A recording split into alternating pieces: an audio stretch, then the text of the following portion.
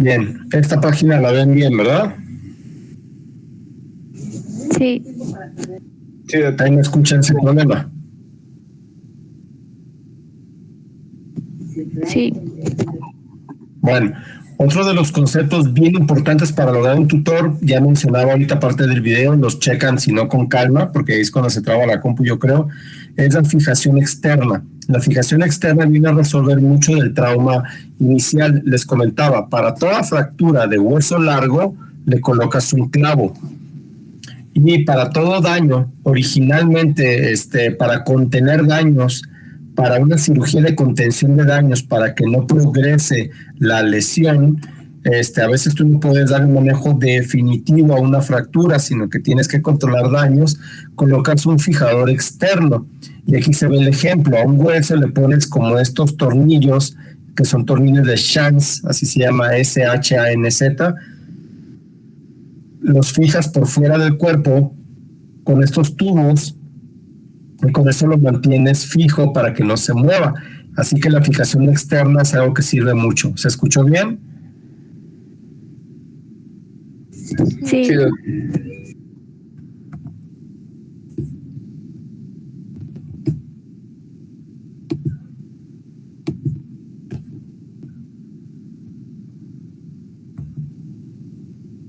Así que la fijación externa, ¿para qué te sirve? Inmovilizar una fractura, aliviando el dolor, asegurando una mejor alineación, no alterando el proceso de consolidación, evitando el riesgo de complicaciones y restaurando la función a la brevedad. Así que estabilizan, comprimen, distraen y crean un transporte de hueso también en cirugías muy especializadas que llegamos a hacer.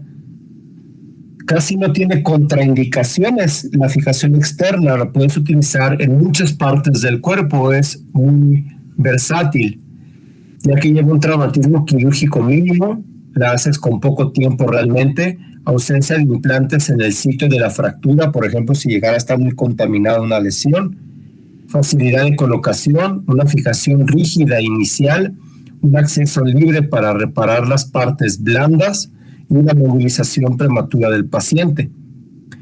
Entonces, puedes utilizarlo muchas veces en fracturas expuestas, asociadas o no a lesiones de partes blandas, en pacientes que tengan un politraumatismo. A veces, por ejemplo, en una pelvis, como están viendo aquí, lo puedes colocar y ya que una cirugía de pelvis te va a tardar mucho tiempo, a veces, para poder realizar, tú le pones un fijador externo y con eso contienes el daño y puedes permitir, por ejemplo, que el cirujano entre, abra el abdomen y pueda tratar también los daños a órganos intraabdominales que estén ocurriendo.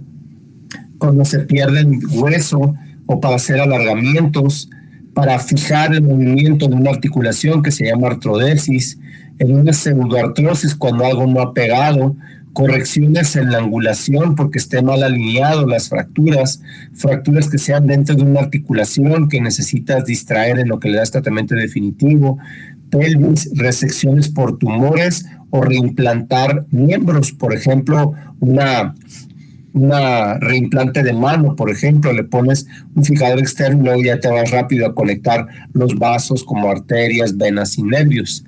Aquí arriba está también un clásico ejemplo de un fijador externo de muñeca para una fractura de muñeca, eso es bien común. ¿Se escuchó bien? ¿Quedó claro eso? Sí. Sí, doctor. Contraindicaciones son muy relativas. Una osteoporosis grave, diabetes, alteraciones psiquiátricas. Si el paciente estaba pensando que la ATM le estaba dando órdenes para lastimarse porque es esquizofrénico y luego se lastima, se despierta y te han puesto un fijador externo, puede volverse loco, darle una psicosis ahí y ponerse a agitar o quererse quitar el fijador externo. Es bien importante que vigilar eso. Lesiones neurológicas previas, VIH y hepatitis, pues son relativas, como están sangrando a veces un poquito, están goteando los fijadores externos, pues puede ser que por eso lo consideren como contraindicación relativa. Hay complicaciones como el hecho de que se aflojen los tornillos, infecciones superficiales, desplazamientos, necrosis del colgajo y rigidez articular. ¿De acuerdo? Otros que utilizamos son los biomateriales. Por ejemplo, el acero inoxidable ya decíamos que se utiliza mucho en las placas, los clavos intramedulares. Son de bajo precio, son maleables y muy dúctiles que se pueden dar a la forma. Los inconvenientes es que tienen una leve tendencia a la corrosión y la infección a largo plazo, por la corrosión también, que lleva una inflamación y reclutamiento de bacterias. Hay aleaciones que son de cromo cobalto, y esto se utiliza mucho en las cabezas de las prótesis de cadera y las prótesis de rodilla. Son mucho más resistentes a la fractura, la fatiga y al desgaste. Y los inconvenientes que son muy rígidos, baja ductilidad, son caros y liberan iones que pueden producir alergenos. Aleaciones de titanio, por ejemplo, las prótesis totales de rodilla, son aleaciones inertes que dan menos toxicidad, máxima resistencia con menor riesgo de infección, pero no tienen mucha resistencia a la fricción y desgaste acelerado.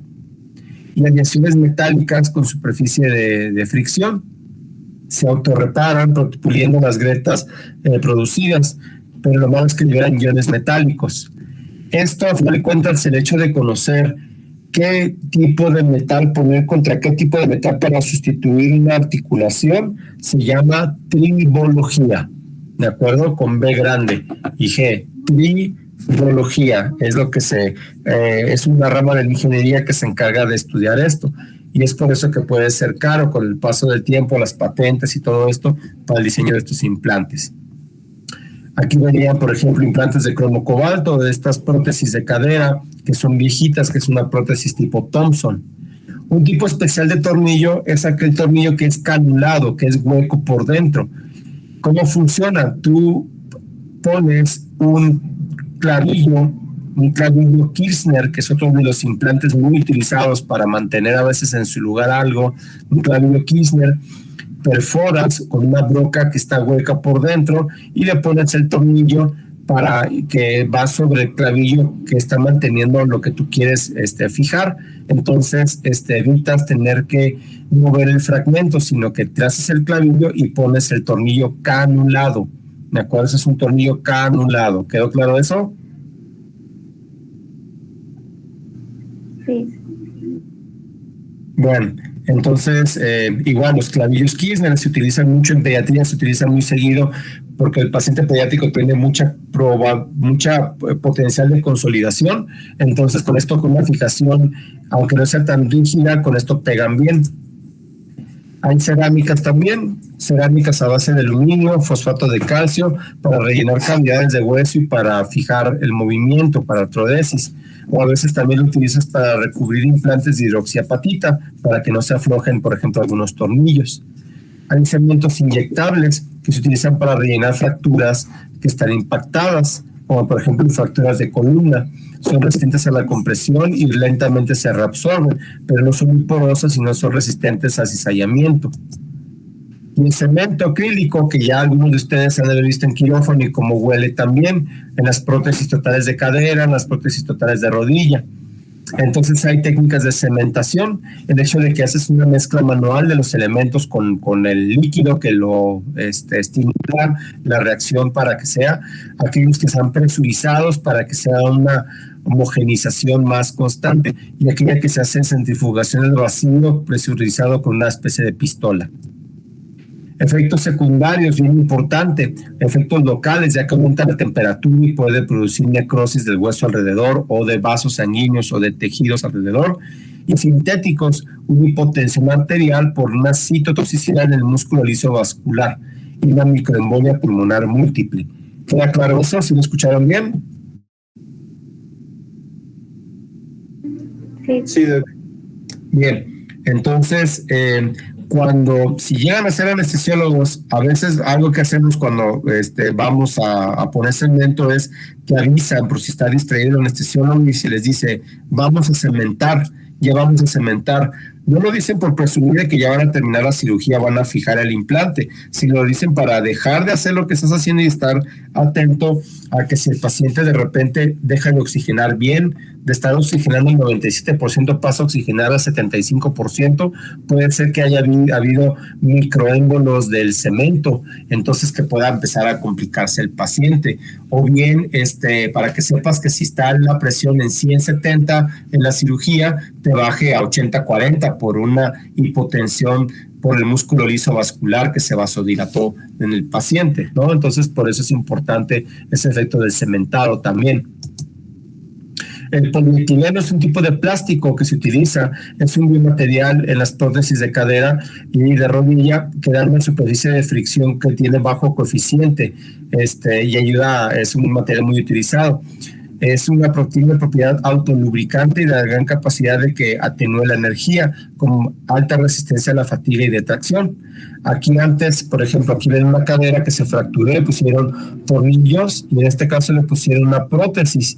Y en esta prótesis, esto que se ve como transparente es el polietileno, que es el plástico con alrededor cemento que le está fijando, si hay una prótesis viejita.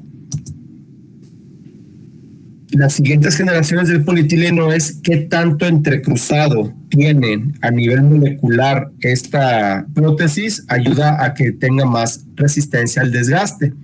Entonces, el entrelazado, el reticulado lo consideran hoy en día de ultra alta densidad al más adecuado.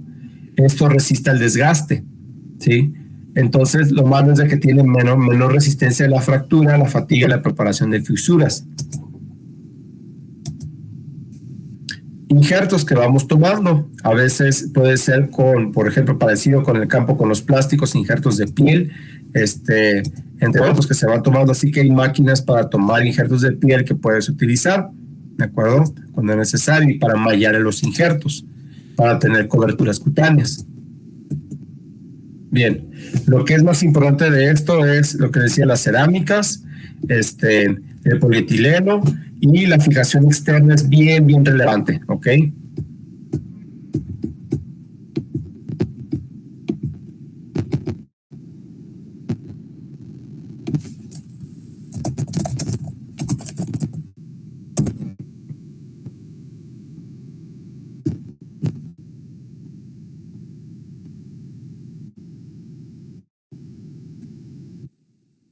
Puedes poner, por ejemplo, este tipo de fijador, que es un marco de Ilizarov, que te permite dar una corrección en 3 planos.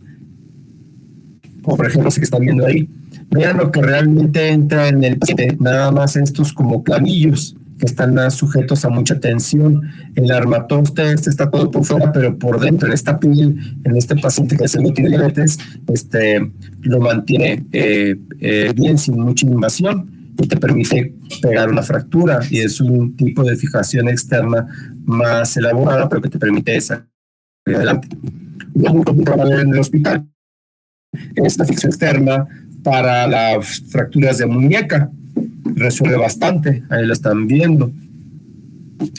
Fijadores tenemos más elaborados, son como marcos combinados, y los de Ilizarov, y te permiten hacer una corrección en 3 planos. O sea, de flexionar, de rotar, alargar, cortar. Vean, por ejemplo, esta fractura horrible de rodilla. Entonces, nada más le pusieron estos pines y con estos que le llaman motores, van extendiendo, acortando, rotando y lo van corrigiendo. Todo es como un hexápodo, se llama esta forma de fijación. Fijación externa se utiliza mucho para ciertos tipos de fracturas complejas, cuando solo mantienes alineado. La forma que le das, ese es un clásico marco en delta, por la letra griega delta, que es como una forma de triángulo. Lo pones en el calcáneo, en la tibia, y con eso mantiene la tracción para esta zona. ¿Sí se está viendo bien? Sí. Por ejemplo, se utiliza este marco en C, que te permite cerrar la pelvis cuando se abre. Nada más tiene este punto de fijación y permite mantenerlo fijo.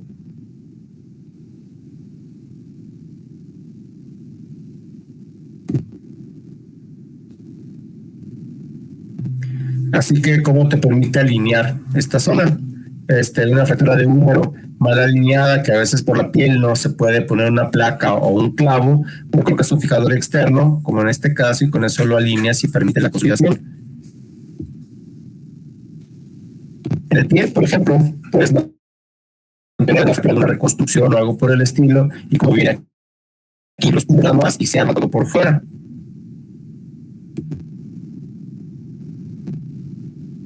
Profe, se volvió Por ejemplo, una Gracias. ¿Qué es lo último que escucharon?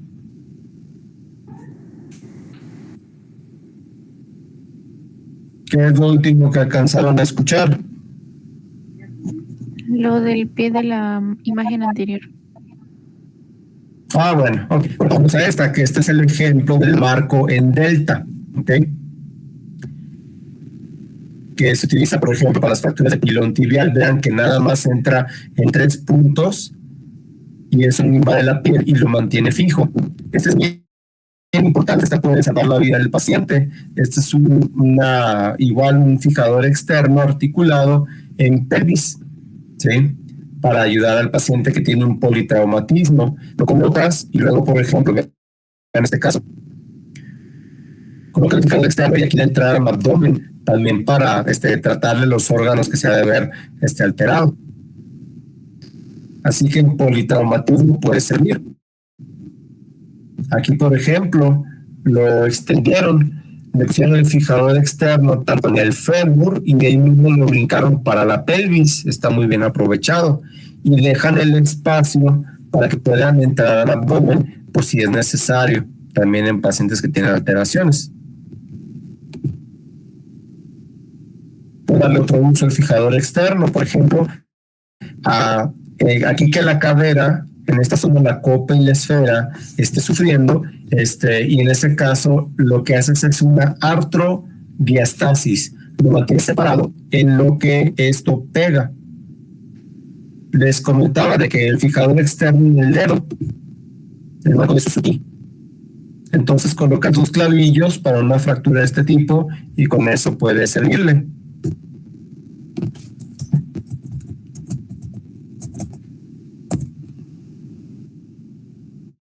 Pequeños fijadores que colocarlos en los dedos, por ejemplo, aquí lo significa mejor. No se le entendí.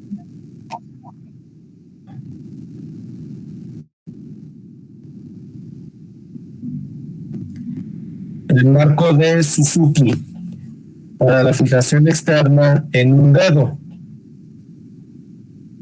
¿Sí lo ven? Sí.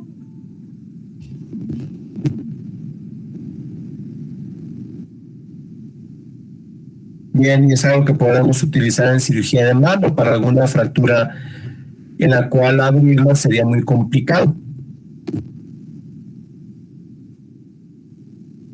Y ahora ahí se ve múltiples fracturas en el dedo, le ponen el marco de Suzuki, mantiene todo alineado para fracturas que sería muy complicado de otra manera tratar.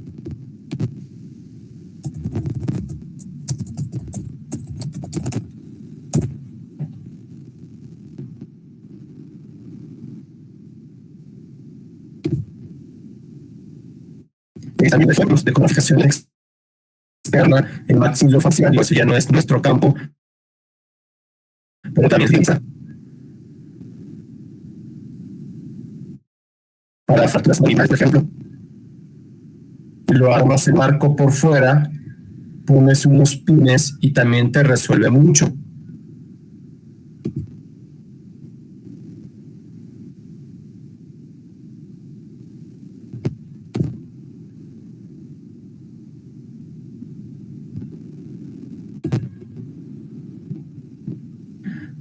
Puedes también ponerlo en la cara para poder... ¿Qué? Ok. En la cara, por ejemplo, fijado aquí al cráneo para poder echar hacia enfrente partes del... hacer tu cortes y con eso puedes proyectar hacia enfrente partes de la cara, por ejemplo, cuando tienen hipoplasia.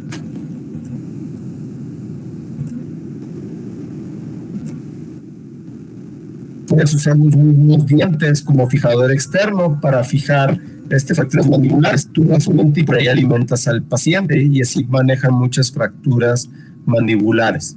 ¿Se ha escuchado bien eso?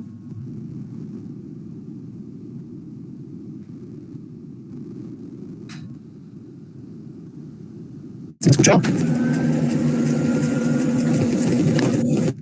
Sí. Ok.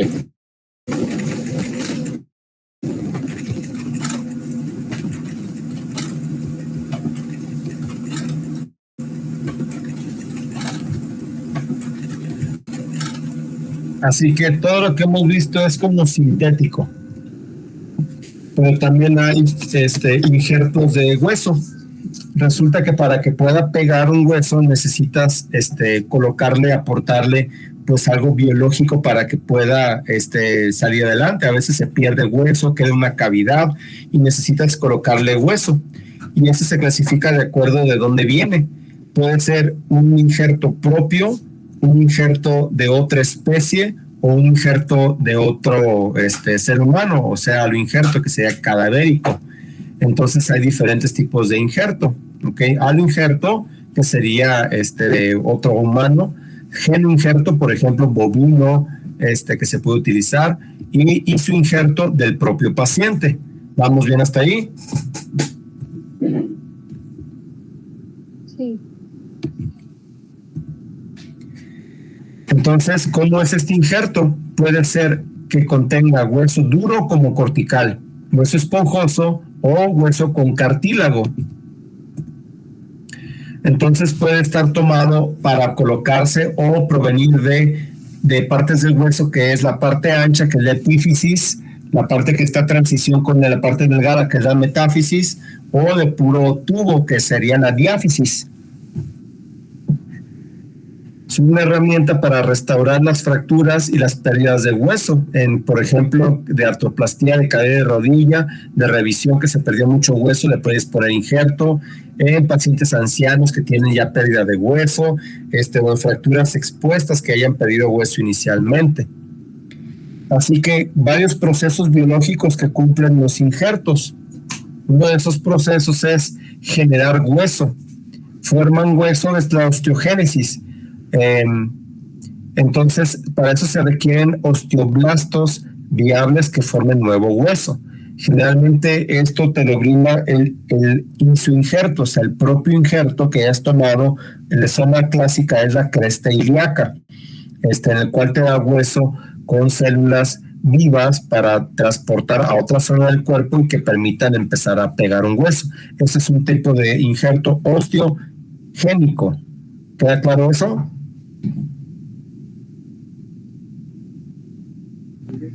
Sí. Hay osteoinducción, se refiere que reclutan células que son del huésped, que rodean al hueso y que se va a diferenciar en células formadoras de hueso. O sea, no son células, sino a veces son productos que estimulan la formación de hueso. El ejemplo clásico es la proteína morfogenética ósea. Es un agente osteoinductivo que es de los más estudiados. Esto se hace por técnicas de biología molecular. Son caros. Un injerto de proteína morfogenética costará por ahí de los 90 a 100 mil pesos a veces. Lo utilizas para poder consolidar alguna fractura y es algo que yo lo he utilizado pocas veces pues por el alto costo. Osteoinductivos, proteína morfogenética, ¿ok? Osteogénico, como el injerto de cresta ilíaca que tiene células madre, que tiene médula ósea.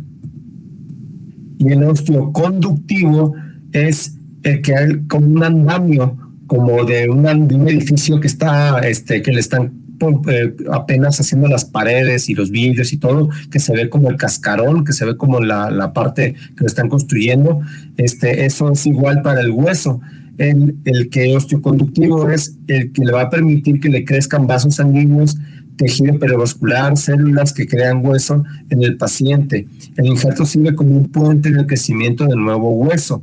Por ejemplo, el hueso desvitalizado de un cadáver que lo tratan para que esté como un andamio, que esté como un puente para que el hueso del propio organismo lo pueda rellenar, ¿sí? Entonces, ¿de dónde vienen los injertos?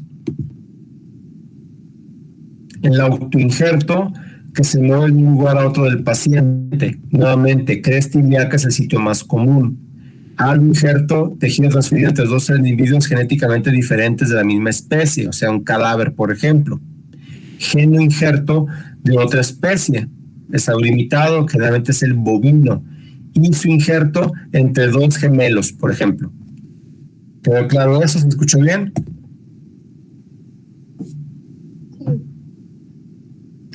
Vean este caso. Una tibia tiene falta de cobertura de piel, pues ya le he puesto injerto de piel. Pero antes se ve como la tibia se perdió prácticamente y le pusieron un gran puente aquí de injerto de hueso, que con el paso del tiempo rellena. Vean cómo la fijaron con tornillos, así para que pueda fijarse, y con eso le permite volver a cargar. El hueso autólogo está provisto de hidroxiapatita y colágeno, que es un equipo que sirve como estructura que conduce el hueso. Células que permiten la capacidad de formar huesos, células estromales como los osteoblastos, o sea, la médula ósea es lo que contiene el hueso autólogo.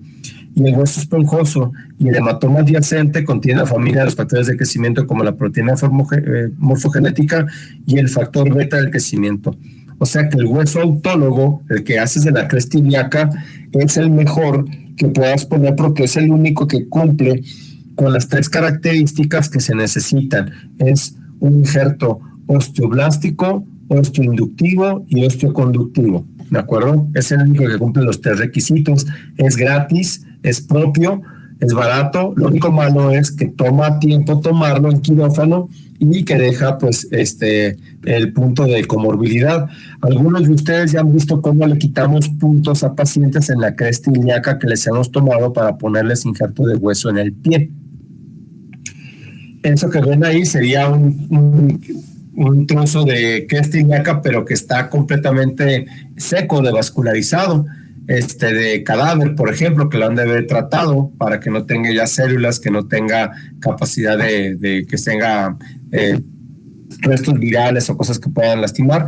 Y en ese caso, ese injerto sería un injerto nada más osteoinductivo. Tú ese injerto de hueso que lo compras, que te lo da una compañía que maneja injertos de hueso, por ejemplo, en bancos de hueso como el de Monterrey, de injerto cadavérico, tú lo puedes convertir de ser osteoinductivo, como nada más es ahí, a que sea osteoblástico o osteogénico, perdón, y osteoinductivo, colocándole aspirado de médula ósea. Lo empapas a ese hueso y con eso ya tiene las tres características. El injerto óseo puede ser fresco, autólogo, que contenga células vivas, osteogénicas y osteoconductivas. El injerto autólogo, como el esponjoso o el cortical, forma rápidamente nuevo hueso. Así que la integración va a ser más alta con respecto a cualquier otro tipo de injerto de hueso y no tiene riesgo de transmisión de enfermedades infectocontagiosas. Sus desventajas es que la cantidad, la forma, el tamaño, el sitio donde lo tomas está limitado por la capacidad para obtenerlo dentro del mismo individuo, una parte para aplicar en otro lugar.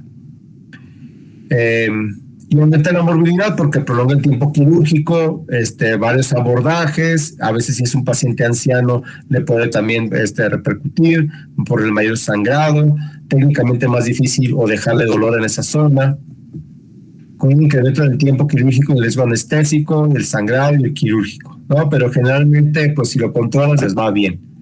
Esos serían ejemplos de injerto osteoinductivo, que serían proteína morfogenética y otros productos que te permiten generar hueso. El aloinjerto, entonces, que es el cadavérico, es que tú puedes diseñarlo por cantidad, tamaño, forma y sitio ilimitados. Tú lo puedes pedir al tamaño que quieras para rellenar espacios. Puedes salvar extremidades antes de que se tengan que amputar o realizar cirugías que antes no era posible, que culminaban con graves secuelas.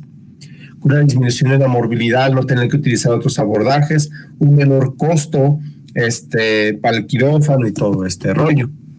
Una integración más rápida en las actividades habituales, no más que el costo sí es un poco mayor. Entonces, lo puedes pedir para que tenga la disponibilidad en quirófano, eso es bien importante. Y por ejemplo, hablando del Banco de Hueso de Monterrey, se fundó en el año 2000, es parte de la Universidad Autónoma de Nuevo León, y lo que hacen es personal que ya está coordinado para tratar estos especímenes de hueso, y lo que hacen es eliminarles, haciéndoles pruebas después de antígeno de superficie para hepatitis B, hepatitis C, VIH, brucelosis y VDRL.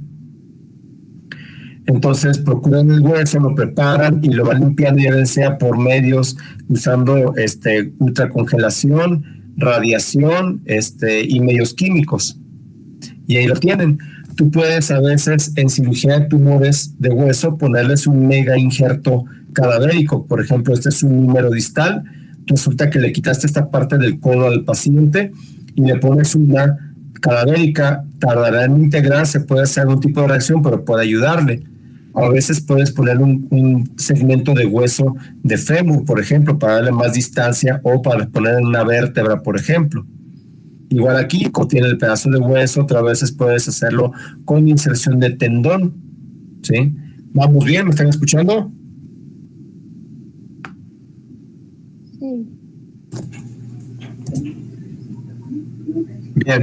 Una cabeza femoral, por ejemplo, el costo promedio de 8,000 pesos. En una prótesis de revisión se ocupan 2 o 3 cabezas, en la cual nada más utilizas pues esto, ¿sí? Para poder rellenar una cavidad. 13,000 pesos un cóndilo, por ejemplo. Y los agentes osteoinductivos y osteoconductivos, matriz ósea desmineralizada, la ósea y células progenitoras, materiales como cerámicas, factores de crecimiento. Y hay derivados del vidrio que también funcionan y ayudan mucho en las infecciones. La matriz de hueso desmineralizada técnicamente es un proceso que posee propiedades biológicas reforzadas. Se encuentra en forma de astillas, de polvo o de cortical o de gel. Y entonces los factores de crecimiento osteoinductivo, les he comentado varias veces, el factor, la proteína morfogenética, pero también hay otros que se deben de saber. Serían el factor de crecimiento fibroblástico, factor de crecimiento derivado de plaquetas, que esto está muy de moda hoy en día, tiene muchos usos, que el propio paciente aísla su sangre, las centrifugas, adquiere las plaquetas y las inyectas, porque tienen factor transformante de crecimiento beta y la proteína morfogenética. En prótesis de revisión puedes utilizar para rellenar cavidades, por ejemplo, aquí van a quitar todo esto y para rellenarlo de hueso. En tumores, por ejemplo, también quitas el tumor y rellenas todo esto de hueso. Y en materiales sintéticos como las cerámicas o los que sean a base de hidroxiapatita. Bien, ok, con eso más o menos lo de los injertos.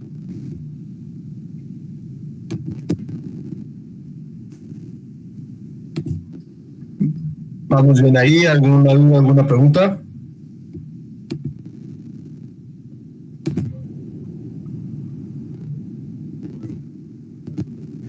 Todo bien.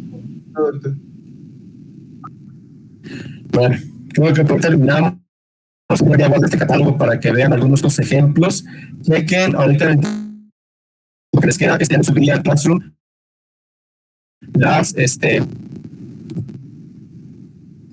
los videos de los principios biomecánicos para que le entiendan esa parte, ¿de acuerdo? Nos vemos mañana, lleven el pan, espero mañana si nos puedan prestar aula también.